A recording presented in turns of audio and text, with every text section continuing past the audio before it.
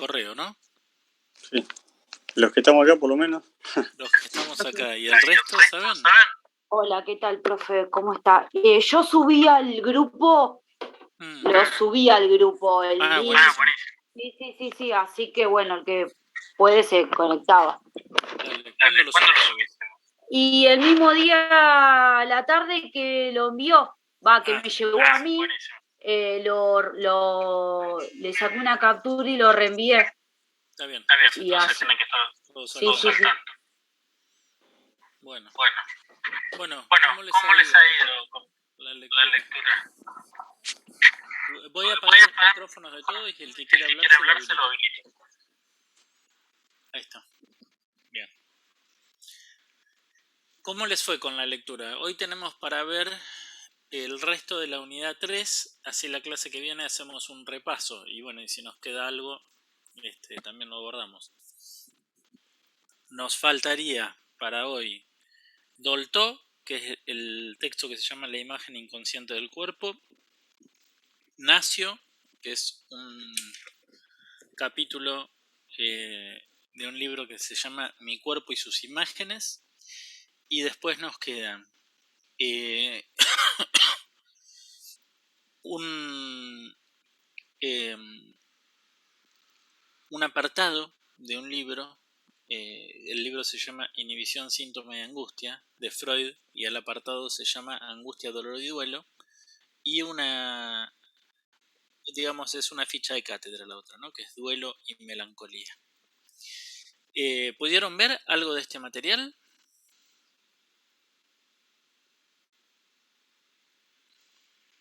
¿Alguien pudo leer algo? Sí, profe. ¿Sí? Estuve leyendo la parte de Dolto. A mí en particular me resultó interesante. Bueno, yo soy profe de educación física y el esquema corporal desde jardín de infantes trabajamos y darle, digamos, un bagaje, digamos, de destrezas como para que el chico empiece a conocer su cuerpo y a construir el esquema. Así que, bueno, eso me pareció interesante. Y por otro lado, lo que nunca uno trabaja como profe es la imagen corporal. Es la otra parte. O sea, es como que siempre nos abocamos más a lo físico, a lo biológico, a lo orgánico, pero no así la parte cognitiva. Así que nada, eso me resultó interesante. Está bien. En este caso son conceptos un poco, difíciles de entender, Adrián. En este caso, el concepto de esquema corporal en esta autora es una representación también. Ella no se refiere a la organicidad del cuerpo, sino a la representación que surge a partir de esa organicidad. Son dos representaciones estas. Esta autora es Françoise Dolto, es una autora francesa del siglo XX, que de formación pediátrica, ella era pediatra,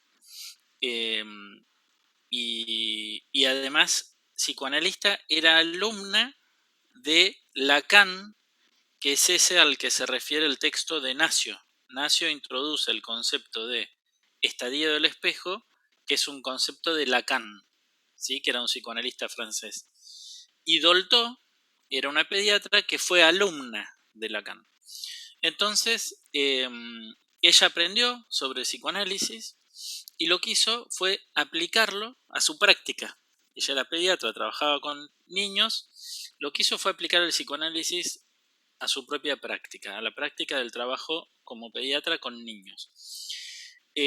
Porque el psicoanálisis en ese entonces estaba desarrollado como una teoría y un tratamiento sobre sujetos adultos. ¿Se acuerdan que nosotros cuando vimos que Freud empezaba con las histéricas y las neuróticas, esas que eran sus pacientes, y eran todas adultas? Entonces el psicoanálisis se desarrolló como un tratamiento de adultos y retrospectivamente empezó a investigar sobre la niñez, ¿no? Porque nosotros vimos las fases del desarrollo libidinal y todo eso, pero bueno, fue como en una segunda etapa retrospectivamente investigar qué es lo que le había pasado a las personas para que devinieran en esos adultos que eran.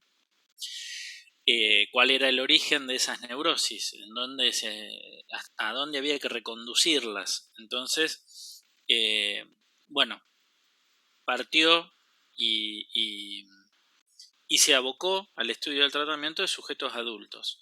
Entonces, lo que hace François Dolto, junto con algunas otras,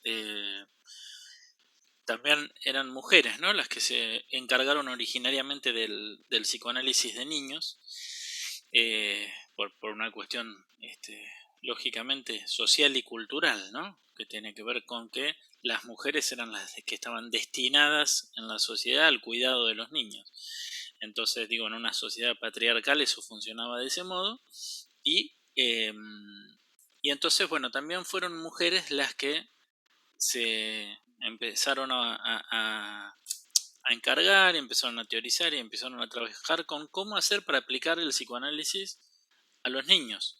¿Por qué? Porque les decía, era un método diseñado para sujetos adultos. Entonces, por ejemplo, suponía lo que se llama la regla fundamental del psicoanálisis, que es decirle al paciente, les doy un ejemplo, ¿no?, es decirle, dígame cualquier cosa que se le venga a la cabeza, sin tener en este momento ningún miramiento porque tenga coherencia lo que va a decir con lo que estaba diciendo recién, ningún miramiento porque sea deshonesto lo que me vaya a decir, porque sea vergonzoso, porque sea ilegal, dígame cualquier cosa que le venga a la cabeza.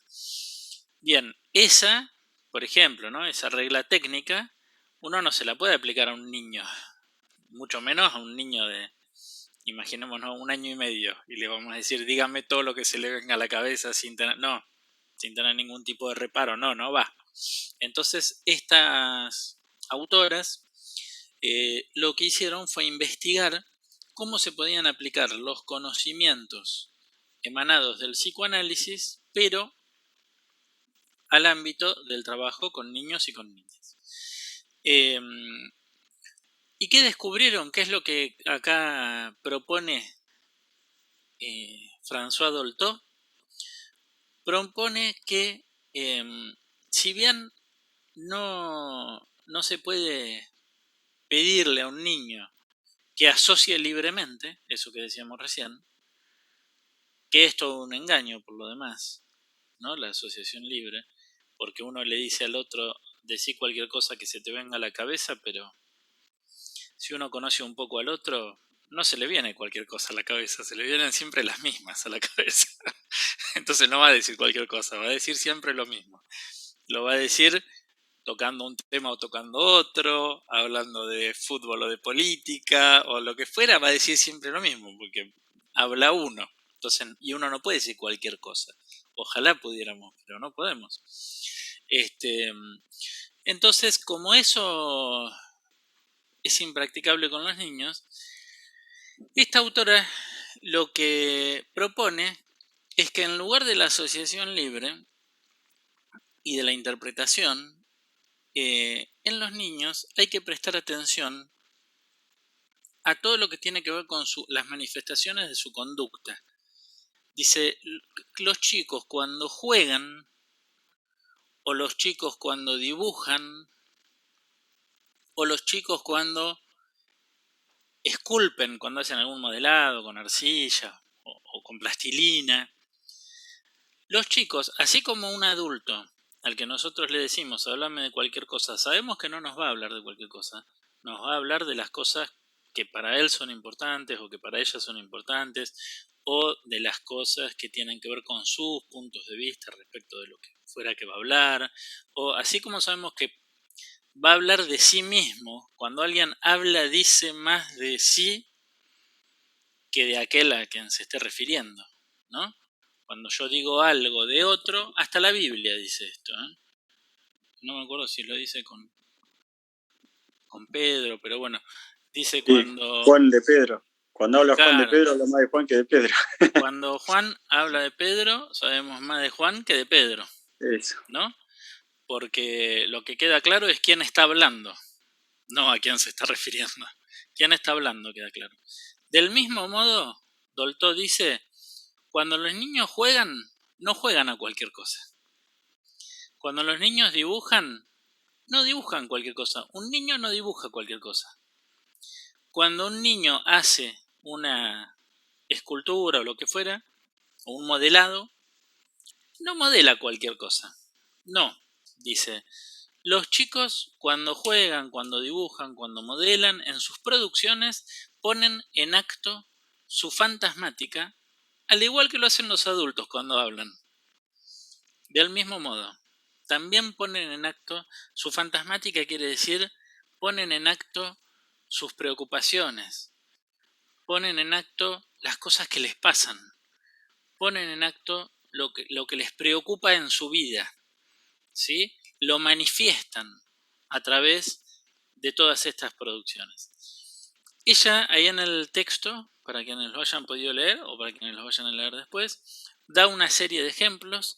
Esos ejemplos son difíciles a mi gusto de leer actualmente porque están un poco son un poco extemporáneos, digamos, ¿no? Nos parecen medio ridículos algunos de esos ejemplos, o por lo menos las edades de las que está hablando con esos ejemplos, pero bueno, en eso sí hay grandes diferencias quizás, ¿no? En los últimos 70, 80 años, en cómo ha sido tratada y el lugar que ha tenido la infancia en la cultura.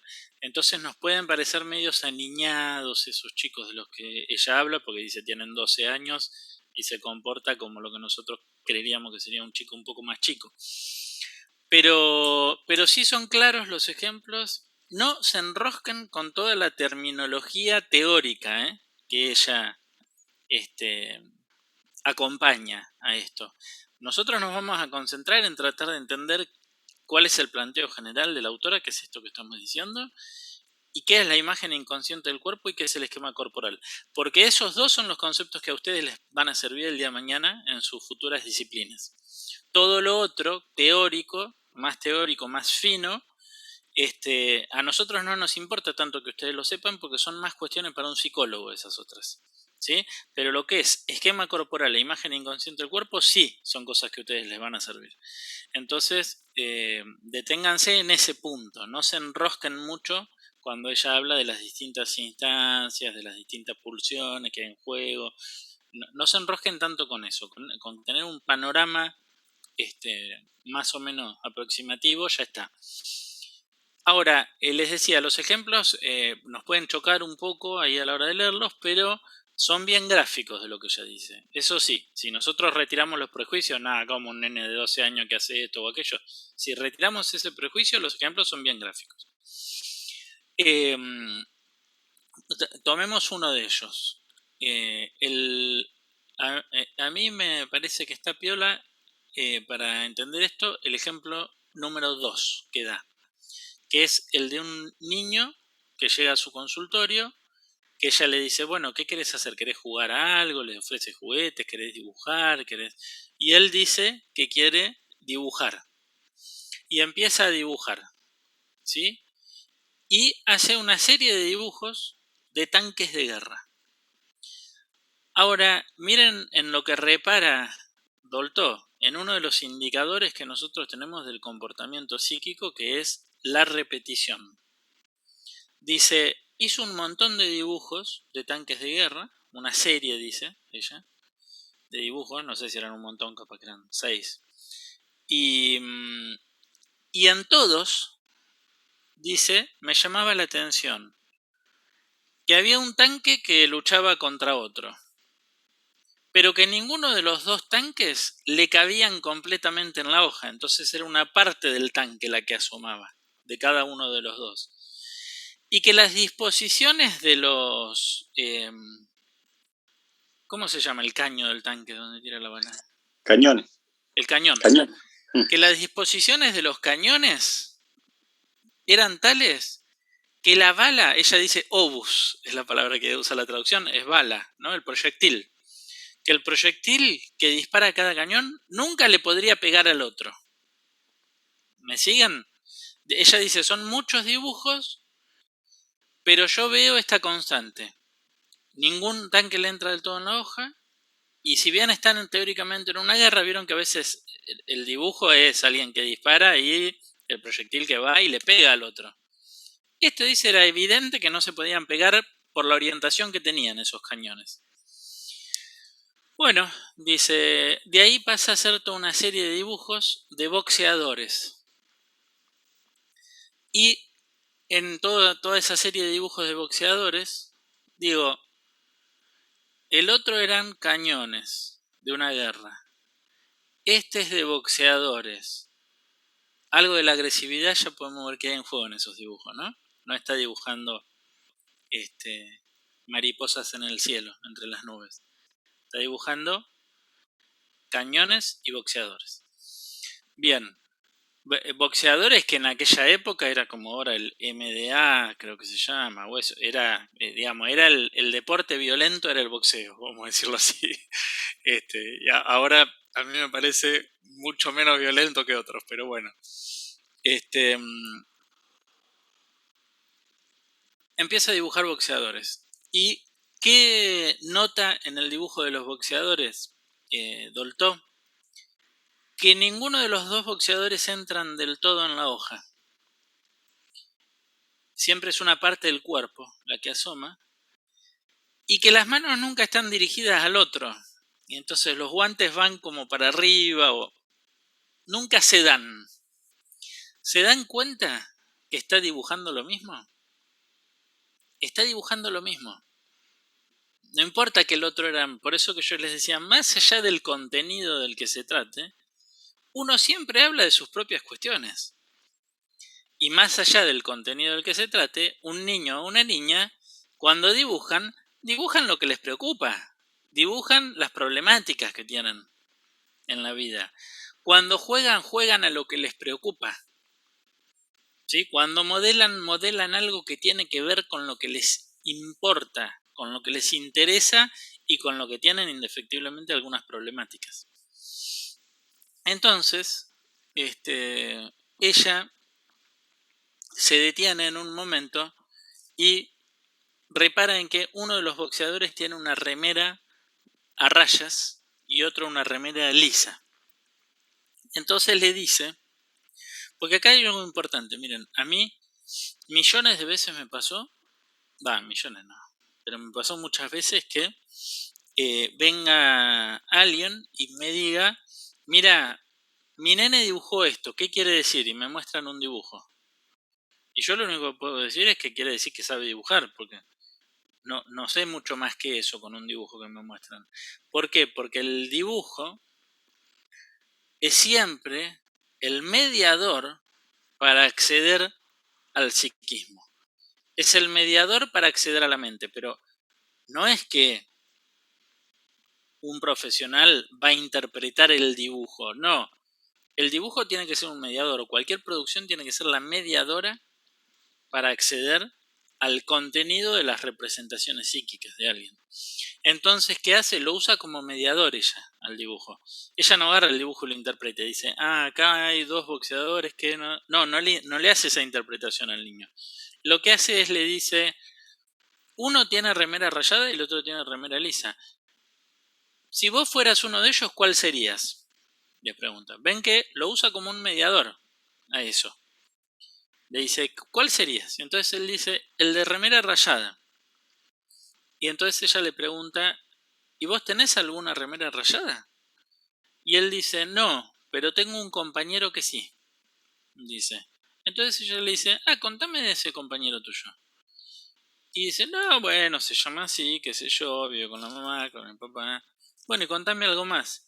Y la otra vez el papá le pegó, dice. ¿Por qué? Le pregunta. Porque había desaprobado un examen. Había desaprobado un examen y le pegó.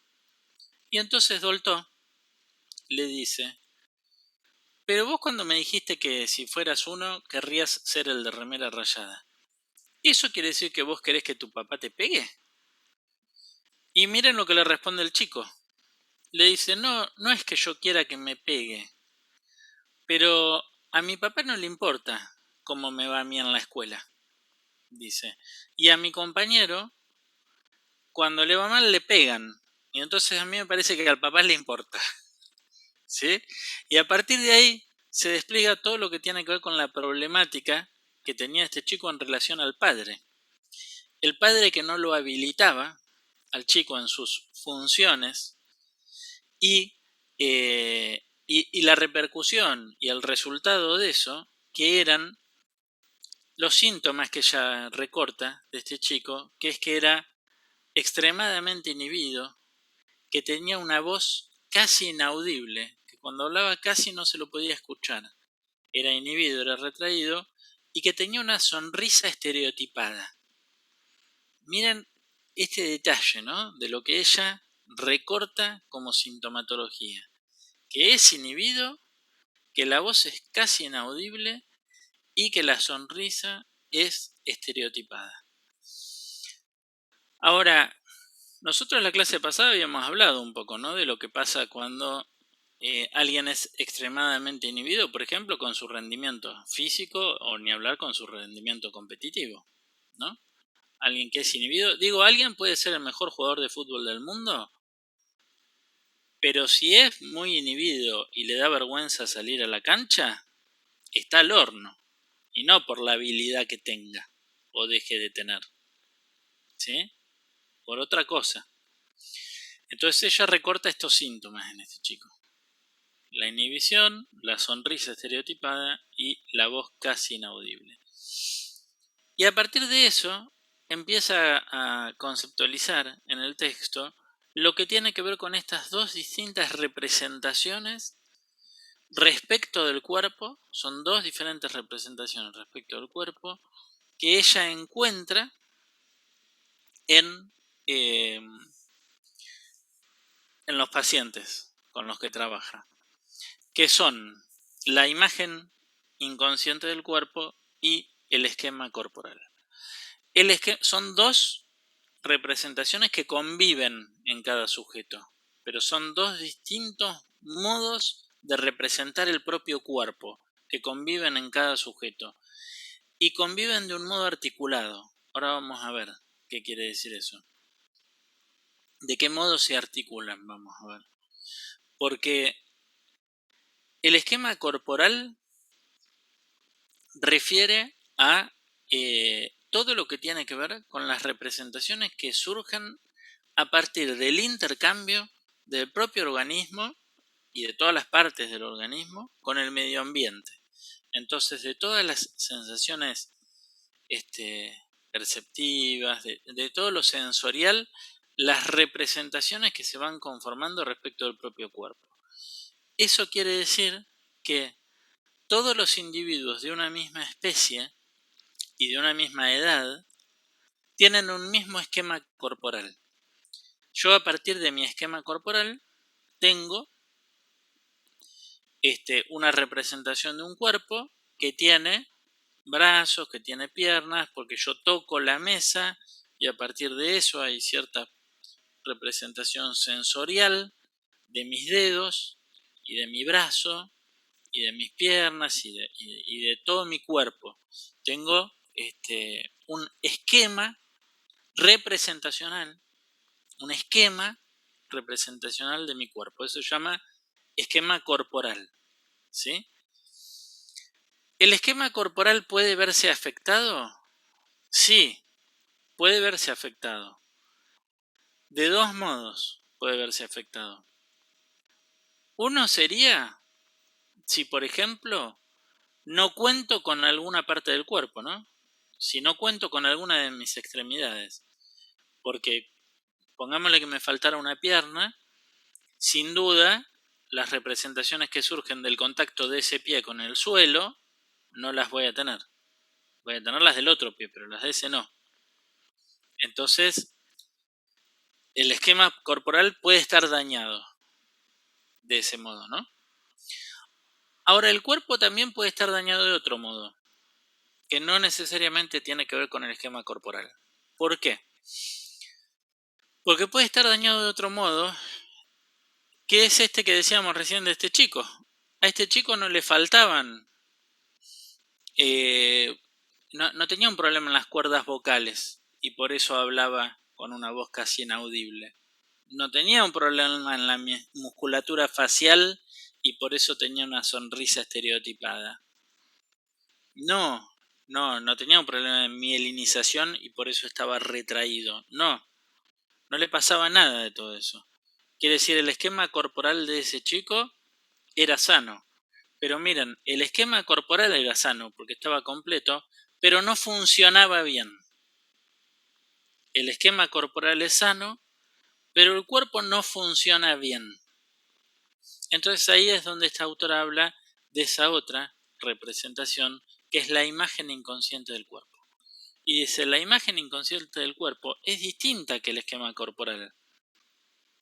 La imagen inconsciente del cuerpo es una representación que los seres humanos nos vamos forjando de nuestro cuerpo predominantemente de manera inconsciente, por eso se llama imagen inconsciente del cuerpo, predominantemente de manera inconsciente, a través del lugar, a través de la palabra, a través de la libidinización. ¿Se acuerdan que hablamos de la libido? A partir de todo lo que tiene que ver con el investir de afecto al cuerpo, todo lo que nuestro propio cuerpo ha sido investido por el otro. A partir de ese investimiento, de esa libidinización, nosotros nos vamos forjando una cierta representación del cuerpo. A partir de la palabra de nuestros otros significativos, principalmente de quien ocupe la función, de quien cumpla la función materna. ¿Sí? ¿Eso qué quiere decir? Quiere decir que nos vamos armando una representación de nosotros mismos que no tiene que ver con nuestro esquema corporal, sino con lo que el otro nos dice de nosotros. No es lo mismo, ¿vieron? Cuando una madre dice de un hijo, este es tontito, que cuando dice, este es muy inteligente. No es lo mismo, porque uno va conformando una representación de sí mismo distinta si la persona que más nos importa en el mundo nos dice una cosa u otra.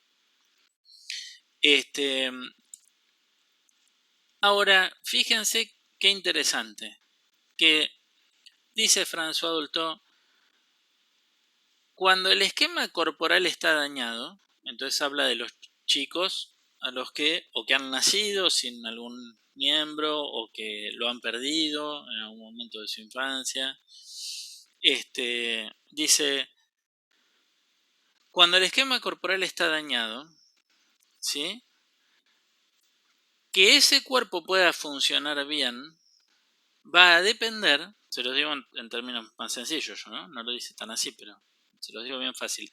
Que funcione bien ese cuerpo va a depender del lugar de la palabra del otro, porque va a depender de esto. Si un nene que perdió las piernas o que nació sin piernas es libidinizado por los padres, si esos padres pueden superar la angustia que les produce la condición del hijo, entonces le van a habilitar la fantasía a ese niño.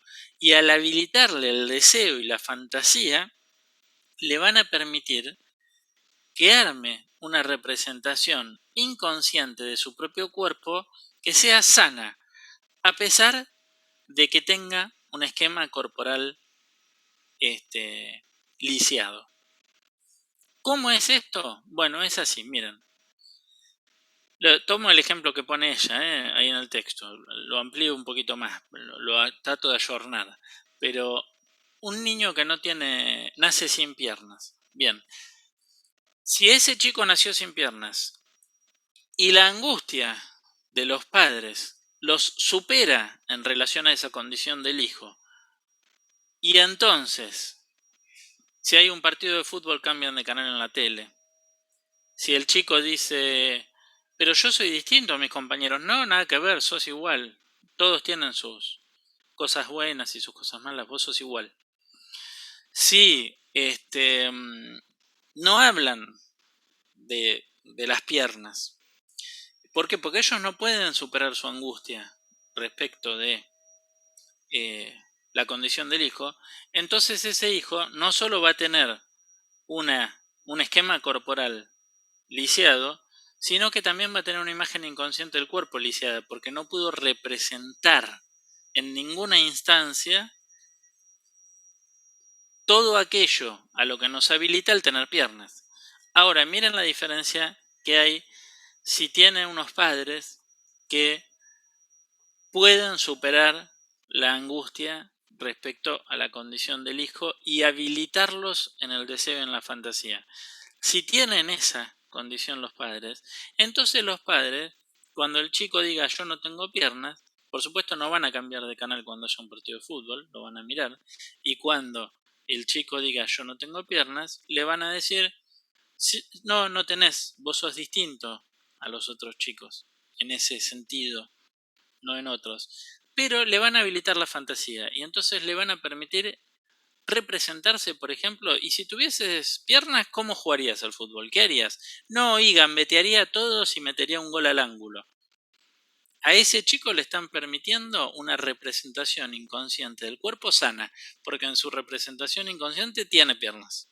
Y gambetea, y patea, y hace el gol al ángulo. ¿Sí? Esos chicos son los que, los padres que pueden tener ese tipo, digamos, de vínculo hacia esos hijos, son los chicos que a los que el cuerpo les funciona bien. Y entonces, como les funciona bien, no tienen piernas y dibujan, o no tienen manos y dibujan con las piernas, o dibujan con la boca, o lo que fuera. ¿Sí? Les funciona, ¿por qué? Porque la imagen inconsciente del cuerpo es sana, a pesar de que el esquema corporal sea lisiado, ¿no? Entonces, ¿cómo se combinan el esquema corporal y la imagen inconsciente del cuerpo? Miren, de estas múltiples maneras. Uno puede tener un esquema corporal enfermo y puede tener una imagen inconsciente del cuerpo enferma, claro, ¿no? Ahora, en el ejemplo que vimos del pibe que dibujaba a los boxeadores, uno puede tener un esquema corporal sano y una imagen inconsciente del cuerpo enferma. Entonces no funciona bien ese cuerpo, aunque no le falta nada. Ahora también uno puede tener, ¿qué me faltaría decir? Una imagen inconsciente del cuerpo sana junto a un esquema corporal sano. ¿Se dan cuenta? Están todas estas múltiples variantes. ¿Por qué? Porque una representación se constituye por una vía y la otra representación por otra vía. ¿Se entiende todo esto? ¿Hay preguntas, dudas?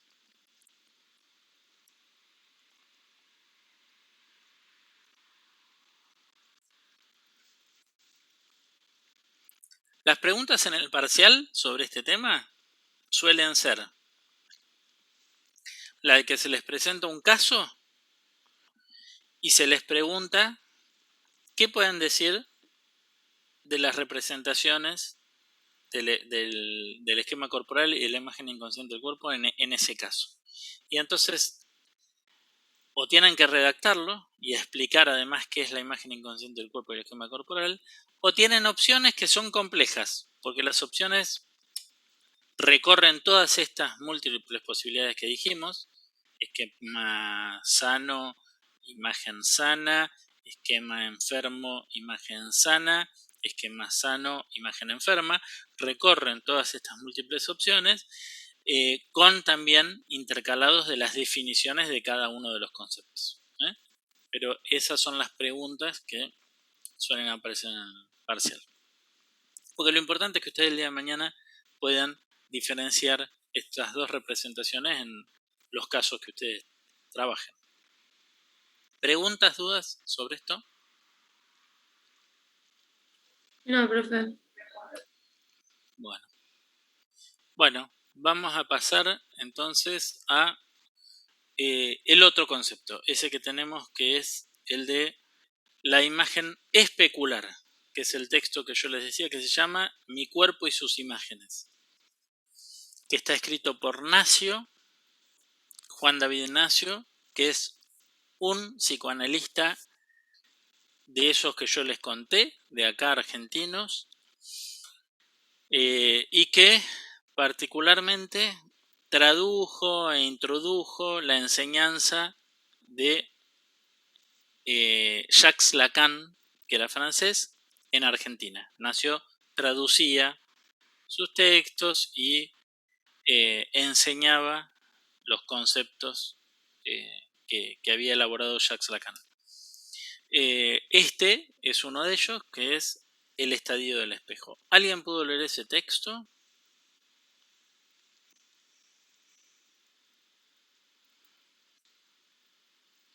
No, bueno, yo les cuento cómo es, después léanlo, porque todo lo que yo les cuente no va a ser suficiente para entender el tema. Pero el estadio del espejo es un concepto que tiene que ver con lo que hace a la constitución del yo y del sí mismo. ¿Sí? Son dos cosas distintas, ahora vamos a ver por qué. Pero tiene que ver con cómo llega alguien a nombrarse como yo. ¿Y qué es lo que representa alguien cuando dice yo? Cuando cualquiera de nosotros decimos yo, ¿qué estamos representando? En ese sentido, el estadio del espejo es dos cosas. Es un concepto teórico y es un momento del desarrollo. Un momento empírico, digamos, localizable empíricamente en el desarrollo de todo ser humano. ¿Sí? El estadio del espejo se da más o menos entre los 6 y los 18 meses de edad.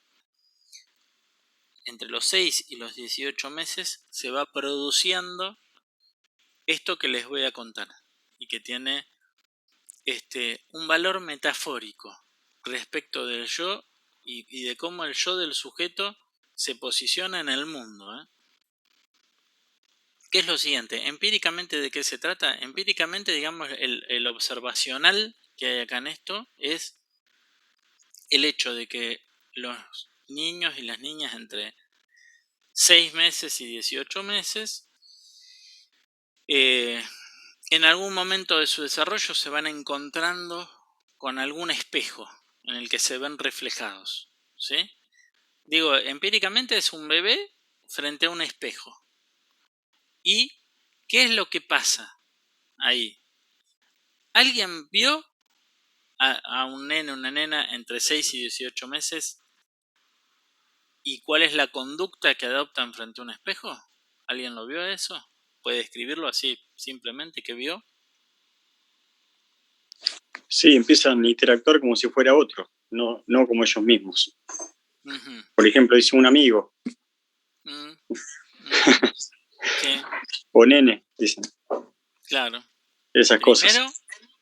Exacto. Porque primero, lo que se encuentran, pensémoslo, se encuentran con una imagen que está fuera de su propio cuerpo. ¿Sí? ¿Cómo hacemos para entender que esa imagen es nuestro cuerpo? Si está fuera. Primer punto. Es una imagen que está afuera, está en el espejo, no está donde estoy yo.